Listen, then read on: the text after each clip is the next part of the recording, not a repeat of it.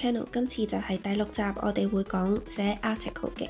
咁又好似平時咁樣啦，我哋一齊花10秒鐘嚟睇一睇呢一條題目先。咁如果係你嘅話，你會點樣寫呢？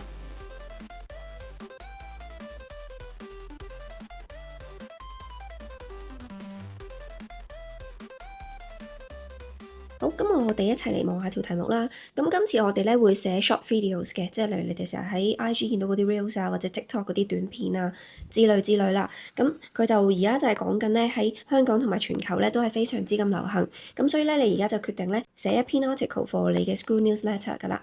咁基本上你見到今次包含嘅兩樣嘢咧，就會有同平時嗰啲社會議題有啲唔同嘅。第一 part 都係比較 common，就係講點解啦。咁但係第二 part 同平時有啲唔同咧，就會係話，咦咁其實而家年輕人去做 content creator 係咪一個好嘅 career choice 咧？咁樣，咁所以你見到咧，今次個第二 part 咧，同平時寫嘅原因、結果或者suggestion 係有少少唔同嘅。咁但係咧，我哋都係啦，同我之前講過嘅嘢一樣啦。如果我哋嘅文章分兩大主要嘅內容咧，你記住中間咧加一個過渡段，就會令到你個篇文更加連貫自然啦。好啦，除咗要寫一個 transitional paragraph 之外咧，大家記住寫社會類議題嘅作文咧，記得加翻少少真實嘅例子，令到你個內容更具說服力。呢一樣嘢咧，幾乎我每一集都會有講噶啦。因為咧，其實你欠缺一啲真實嘅例子咧，係你好難咧去拓展你個 point 嘅。咁所以咧，我會建議你哋啦。賣個小廣告啦，就係我自己準備嘅一本 Writing Idea Bank 啦，咁啊 Ping Notes 啦，就係我啲舊生成日講嘅 Ping Notes，咁咧就係我嘅寫作例子嘅一個整合嚟嘅。咁呢一個係下冊裏面咧，其中就收錄咗咧關於嚟 short videos 咧，咁呢度係其中一部分節錄 idea 嚟嘅。咁如果你有興趣嘅話，可以買一本嚟睇下啦。咁我會俾一啲 expressions 同埋有一啲實例俾喺呢本筆記入邊，咁等啲學生咧作文嘅時候可以溫翻。咁如果大家有興趣嘅話，可以嚟選購啦。好，咁跟住我哋咧就去到5星星嘅作文真跡咯喎。OK，咁我哋一齊嚟睇下咧，佢呢個學生加咗啲乜嘢實例落去啦。好，嗱，首先咧，逢親係寫 article 嘅時候咧，我哋都要記住俾一個 title 佢嘅。咁你個 title 唔需要複雜，但係最好咧都會係一個短句或者一個名詞 noun phrase 咁樣咧就去 summarize 你篇文係關於啲乜嘢。咁你記住咧就唔好太離題，亦都唔需要過度複雜化。咁最緊要係簡單睇得出你篇文係關於乜嘢啦。好，咁跟住咧，我哋一齊嚟睇下今次呢個學生點樣寫咯喎。咁佢一開始咧就用一個 imperative sentence 去寫起嘅。係啦，命令句啦，佢就話 Imagine wandering around in Mongkok's busiest area， 幻想下喺旺角最旺嘅街道嗰度漫步啦。咁跟住咧，佢就會用咗個 magic of three啦，然之後咧，佢就會去講下咧旺角街道嘅情景同 short videos。咁佢就話，你東張西望一下，跟住咧你就會見到香港人係咁喺度碌緊嗰啲抖音嗰啲30秒嘅短影片啦。跟住啦，如果你踏入去朗豪坊，咁咧你就會見到一束束嘅content creator，即係喺度做緊街訪。咁跟住啦 even 嗰啲排緊 Starbucks 顧客咧黐住嗰個手機個熒幕去睇下呢啲 bite size 嘅 entertainment。咁好啦，你見到啦，佢呢度有3個短句啦。咁呢個係之前嗰幾集教過嘅，你哋可以翻去睇翻啦。你見到咧，佢都係俾一啲實例嘅，例如有啲乜嘢，例如你會見到 TikTok 啦、朗豪坊啦，跟住點樣啊 Starbucks 入邊啦，咁就喺度睇啲片。咁同埋咧如果你哋有留意開呢啲短影片嘅話，你都會見到街訪其實都係流行啦。呢度咧，除咗用 Magic of Three 之外咧，佢仲有一個好好嘅 skill，你哋都可以學住佢啦，就係用 synonyms 係啦。咁你見到啦 ，short videos 佢會用啲咩代替 30-second clips 或者咧呢啲 bite-sized 嘅一個 entertainment， 咁可以學咗佢啦。好，咁跟住啦，舉完呢3個例子，咁講完呢個現象之後咧，佢就去講而家呢個情況啦，一個好生動嘅一個反應，就係而家呢啲短視頻嘅 popularity 啦。咁跟住佢就用一個問句帶出咗下文喎，佢就話係乜嘢令到呢啲 clips 咁令人着迷咧 ？captivating 㗎，令人着迷啦。句 It is high time 之前教過㗎啦，可以望翻之前嘅教學 video 啦。好，而家係時候咧就要了解一下呢個 trend 背後嘅原因，成為一個 content creator 係咪一個明智嘅職業選擇咧？對於年輕人嚟講，咁佢就引起咗下文啦，用呢一句。咁我哋見到啦，呢一個 intro 咧，同我之前講過啦，都係有3個部分組成，背景啦、而家嘅議題啦，同埋咧下文章嘅目的。OK， 係啦，咁所以咧都係一個非常之完整嘅一個intro 嚟嘅。咁如果唔清楚 intro 點寫嘅話咧，可以睇翻我之前嗰集啦。好啦，咁跟住咧，我哋嚟睇下咧，佢第一段寫咩喎？佢話 To commence with, short videos have surged in popularity because of their convenience and the rapid development of social media。呢個係一個好清楚嘅 topic sentence 嚟嘅。佢用第一個 point 咧，今次佢用一個好簡單嘅 adverb phrase 啦 ，to commence with 即係話 to start with, to begin with 嘅意思啦。用咗呢一個啦 ，surge in popularity，即係話而家越嚟越有人氣啦。佢俾咗3個例子，咁你見到佢一舉例咧就舉3個 magic of three 嘅一個忠實用家、忠實粉絲嘅係啦，佢就 platforms such as Instagram、TikTok and YouTube 3個 examples allow users 去享受呢一個entertaining content 嘅一個樂趣啦 ，within seconds 喺幾秒之內已經可以享受到一啲樂趣。咁跟住啦，演算法 algorithms， 如果唔識呢個字嘅話咧，都可以記住佢啦。本身對呢一類嘅生字都唔係好熟悉，可以去睇下我嘅筆記啦。Immerse themselves in clips that suit their taste 即係話跟佢哋嘅口味嘅。咁跟住咧有啲乜嘢類型啊？有 fashion， 有食物，有 daily vlogs， 又係1嚟俾3個例子。咁你見到啦。充實到不得了，好啦，跟住佢繼續啦，佢就話 content creators 咧，亦都會好多好有用嘅一啲 marketing strategies 去吸引一啲 attention 嘅，例如包括又係3個例子 vibrant edits、trending music 同埋呢啲 eye-catching 嘅 captions。OK，the list is endless， 呢個又係之前教過你噶啦，舉完3個例子可以用一個 ellipsis， 跟住再加呢一句 the list is endless 舉完3個例子先，然之後就話。無窮無盡嘅呢個清單，因為呢一啲 techniques videos 咧就好容易就可以爆紅啦，go viral。如果你唔識呢個字，可以記咗佢啦。跟住咧，普通嘅人咧都可以一夜成名 overnight sensation。跟住啦，以上嘅呢一啲咧就更加加速咗佢嘅發展啦 ，across the globe， 即係話喺全球嘅發展。用一個 concluding sentence 咧，呢一句係好容易用嘅。It is no wonder that， 唔怪之得。只要你瀏覽一下互聯網，任何人咧都可以留意到短影片嘅流行啦，喺互聯網上面。OK， 咁呢一個係一個好簡單嘅方法去寫你嘅 concluding sentence 啦。咁你可以記住佢啦。好，去到下一個內容段，佢就講呢個 instant gratification 嘅 culture 啦。咁呢個字係點解咧？即係解即時行樂啊！即係而家啲人咧係冇辦法延遲滿足嘅。而家啲人咧就係要即刻咧就要去。開心啦咁嘅意思，就令到呢啲短影片更 popular 啦。咁佢就用過去同而家咧做一個對比咧，去證明佢呢個 point 嘅。咁所以你見到咧，佢呢度就話 in retrospect 喺過去啲人咧就會去 rely on 一啲 long videos 啦，或者傳統嘅電視節目咧就去得到娛樂。咁但係而家啦，呢一啲 formats 咧就已經冇辦法可以去滿足咧而家我哋嘅。公眾佢哋嘅 growing preference 啦，佢哋而家中意啲乜嘢？佢哋中意啲快啦、容易消化嘅 content，easily digested content。OK， 咁佢用一個新舊嘅對比，然之後就帶出咗而家啲人係點樣咧 ？Nowadays 佢哋咧就冇呢個 patience 去 sit through lengthy clips 啦。OK， 係啦，佢又冇再講long videos 啦，佢又再去 rephrase 佢用一個 synonym 就係 lengthy clips。OK， 係啦，冇辦法咧，我有呢個耐性咧，坐定定咁樣去睇晒呢啲咁長嘅片，咁好似。咁跟住佢就繼續用一個問句去增強佢嘅說服力，係啦，繼續用一個反問句啦。點解要咁做 ？Why do so when they can obtain the same amusement within a matter of seconds？ 喺幾秒之內已經可以有一樣嘅娛樂，咁點解佢哋要坐喺度慢慢喺度睇呢啲咁長嘅影片咧 ？OK， 好啦，好有說服力，呢個咧好 powerful， 所以我就特登揀低咗等大家去學出佢啦。除此之外，呢啲短影片嘅 creators 咧，亦都係。將佢哋嘅影片咧喺一個 bite-sized， 你又見到呢個字啦，即係好易入口啦，好短嘅一個 clips 入邊咧，已經可以呈現咗出嚟。例如 quick street interviews， 好快嘅街訪啦，去捕捉而家年輕人嘅真實嘅 reaction 啦，或者咧一啲 travel vlogs 點樣啦 ，condense 即係解壓縮啦係啦，即係壓縮或者係精華啦，精華30秒你已經睇到一個 travel vlogs 啦。又或者咧而家最新嘅 iPhone reviews 咧，俾呢啲 tech-savvy influencers 又係壓縮到好精簡啦，係咪 ？OK， 好啦，咁佢就用咗呢3個例子，跟住咧就去呈現咧而家啲 content creator 都係主力咧係整一啲 bite-sized 嘅 clips 嘅。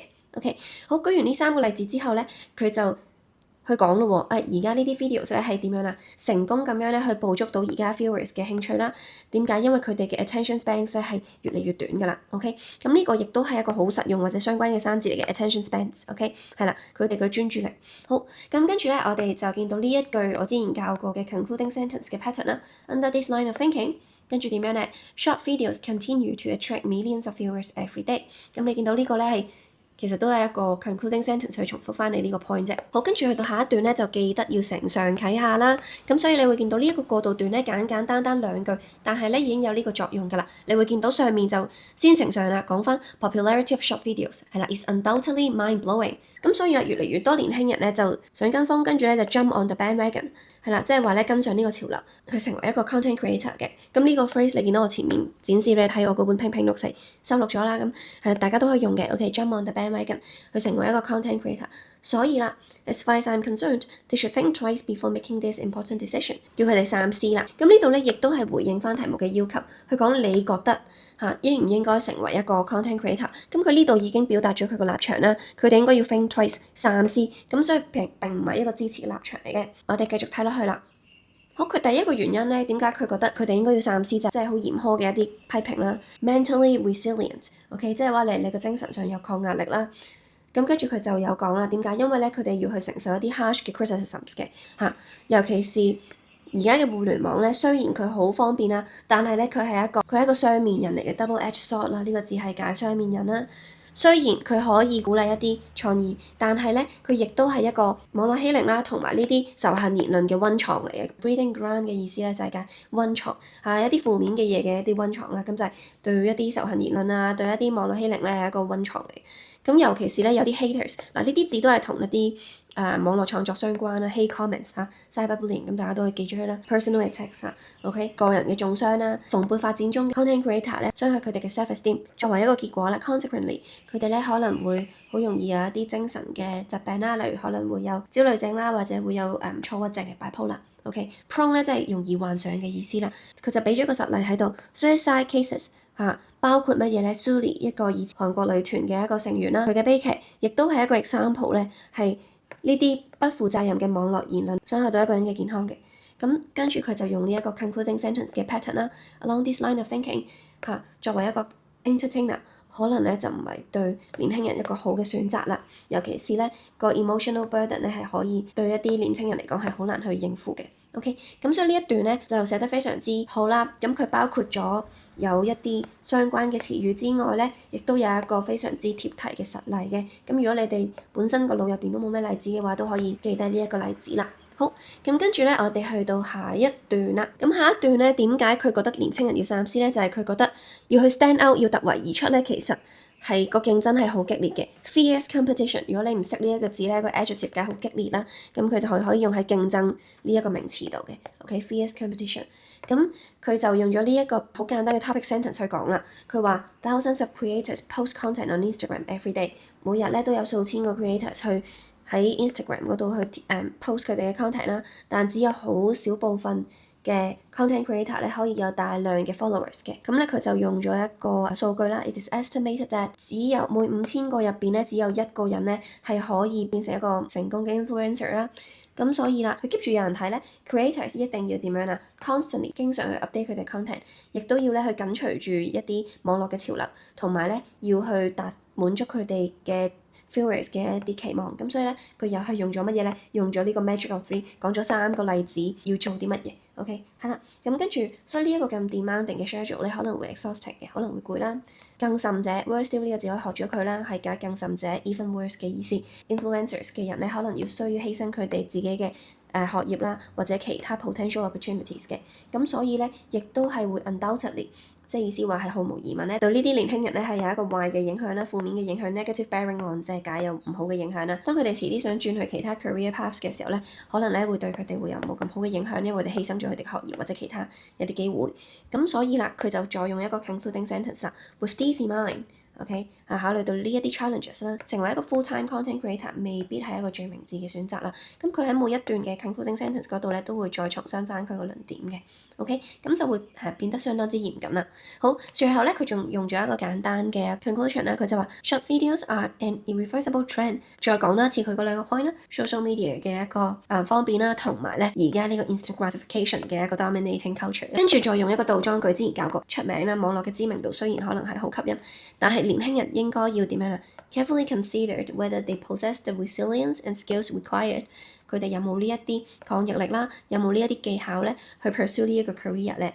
跟住啦，我中意佢最後呢一個 effort。After all，即係話一句到尾或者講到最後，呢一條路係好多 uncertainties，好多未知性同埋壓力咧。That one must overcome，即係你咧應該係需要克服嘅。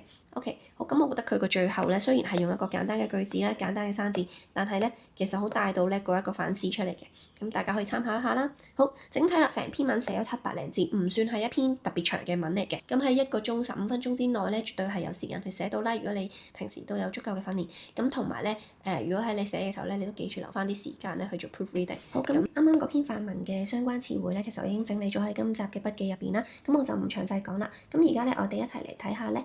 今集咧嘅實用句式整理，咁總共咧有6個嘅，咁我哋一齊嚟望下啦。好啦，咁第一個咧就係 a beating ground for，咁後面通常就會跟一個 negative 嘅一個 noun 或者 noun phrase 啦。咁例如話 social media can be a beating ground for cyberbullying。咁大家記住啦，首先就係記住用 for 做 preposition，然之後加一個負面嘅名詞，例如 cyberbullying 係一個問題啦，係咪係一個 problem 嚟嘅？咁所以你可以用啦，或者我哋頭先學咗嘅 hate comments 係咪啊，仇恨言論？咁咧呢個咧都係喺唔同嘅社會議題咧，當你要講一啲原因咧，你都可以用佢嘅。OK， 好，咁跟住咧，我哋去到第2個啦。Worse still 咧，即係解 even worse 啊。OK， 係啦，即係話更甚者，係啦，更甚者，咁係一個 FF phrase 嚟嘅。好，咁咧，例如你前邊咧就講咗一個問題啦。Many students feel stressed， 好多學生都覺得好有壓力。更甚者係咪？有啲甚至咧係患上咗焦慮症。Some suffer from anxiety。咁如果你唔用 worse still， 你都可以用 even worse 嘅。OK， 係啦，好，咁記住咯喎，當你用嘅時候咧，前邊係講緊一個問題，跟住咧更甚者後面應該講一個更差嘅問題嚇，係啦 ，OK 明白嘛？好，跟住第3個句式啦，第3個句式就係 have a negative bearing on。如果你唔用 bearing 嘅話咧，你可以用 impact。OK，have a negative impact on 都得嘅。例如話缺乏睡眠 lack of sleep can have a negative bearing on 係對乜嘢咧？對學生嘅專注力造成影響。OK，have a negative bearing on students' concentration。咁留意翻呢個 little verb 咧嘅 verb phrases 咧，就係講呢一個其實係一個 verb phrases 啦，就唔係呢個 on 係一個 verb 啊嚇。OK，係啦，呢個成嚿嘢係一個 verb phrases。咁另外咧就記住咧 lack of sleep 咧，即係呢個前邊啦。OK，應該係一個問題嚟嘅，係乜乜乜嘅問題對於乜嘢造成影響？咁所以咧呢度前面咧應該都會係一個負面嘅一個名詞嚟嘅。OK，例如缺乏睡眠啦。OK， 咁樣啦。OK， 好啦，跟住咧我哋去到下一個啦。下一個呢個咧就係用喺 concluding sentence 嘅時候可以用嘅。OK， 當你寫緊一段內容段咧，你要去 conclude 翻你呢一段嘅時候，你可以最後嘅時候用啦。It's no wonder that blah blah blah blah blah 係啦。例如你前面講咗一堆嘢啦，例如話 the video was funny and creative， 跟住咧你先去再講噶嘛，係咪 ？It's no wonder that it went viral， 唔怪之得啦，難怪咧佢就係點樣啦，爆紅嘅咁樣啦。OK， 係啦，用喺 concluding sentence 係比較實用嘅呢一句。跟住我哋去到第5個啦，第5個呢個咧都係你頭先見到我收錄咗喺我個筆記入邊啦，你哋都可以學咗佢啊。jump on the bandwagon，jump on the bandwagon 即係解跟風或者跟隨一個潮流。如果唔係咧，你都可以用頭先咧另一個嘅，就係 follow suit。OK。follow suit 都係解一樣嘅意思㗎啦。After the song became famous，呢首歌爆紅咗之後咧 ，everyone jumped on the bandwagon and made dance covers，就係咁樣啦。Jump on the bandwagon 即係解跟隨呢個潮流啊。好，跟住我哋去到最尾啦，最尾頭先都講過嘅 double-edged sword 啦。嗱呢個字咧，記住係個讀音係好多人讀錯，係讀 sword，個 W 係唔發音嘅。OK， 係啦。咁例如話互聯網咧係一個雙面人嚟嘅，跟住咧你就可以用一個colon 一個冒號啦，跟住再解釋點解佢係雙面人啦，有正有反，咁就係雙面人啊嘛。咁所以你記住用呢個字嘅時候咧，通常都係又讚又有彈，有好又有唔好，你先可以用呢個 phrase 㗎。咁所以咧，自己記住咯喎，可以幫我哋去學習啦。但係點樣啦？亦都係會傳播一啲 fake news 嘅。咁所以咧，有好有唔好，所以你先話佢係一個雙面人，好嘛？好，咁今集就去到呢度啦。